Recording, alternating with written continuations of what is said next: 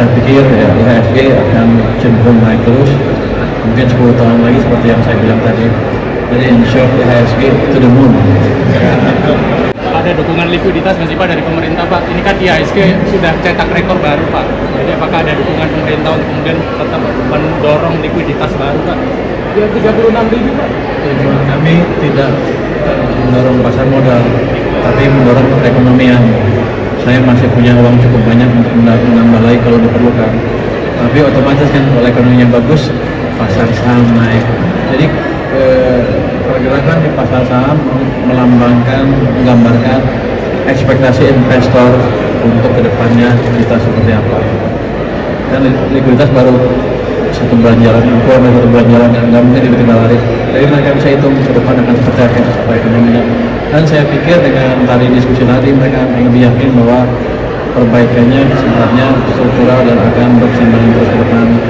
Saya pikir ya IHSG akan cenderung naik terus, mungkin 10 tahun lagi seperti yang saya bilang tadi. Jadi in short IHSG to the moon. 36 pajaknya boleh dielaborasi nggak Pak? Maksudnya insentif pajak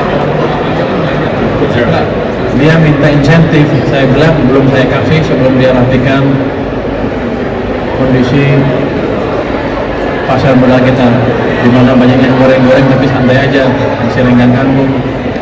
Karena investor kecil jadi dirugikan. Ini dalam waktu sebentar ya akan diberi sama beliau, nanti baru kita pikirkan insentif seperti apa, sesuai dengan permintaan beliau seperti apa. Tadi kita membahas itu program-program ekonomi pemerintah seperti apa ke depan dan bagaimana memastikan programnya akan berkesinambungan dalam pengertian nggak one shot terus mati tapi jalan terus ke depan. Tadi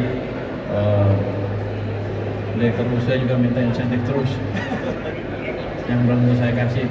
Jadi saya bilang akan saya berikan insentif kalau Anda sudah merapikan perilaku investor di pasar modal, nanti yang goreng-gorengan dikendalikan sama dia lah, supaya investor kecil terlindungi, baru saya pikir insentifnya.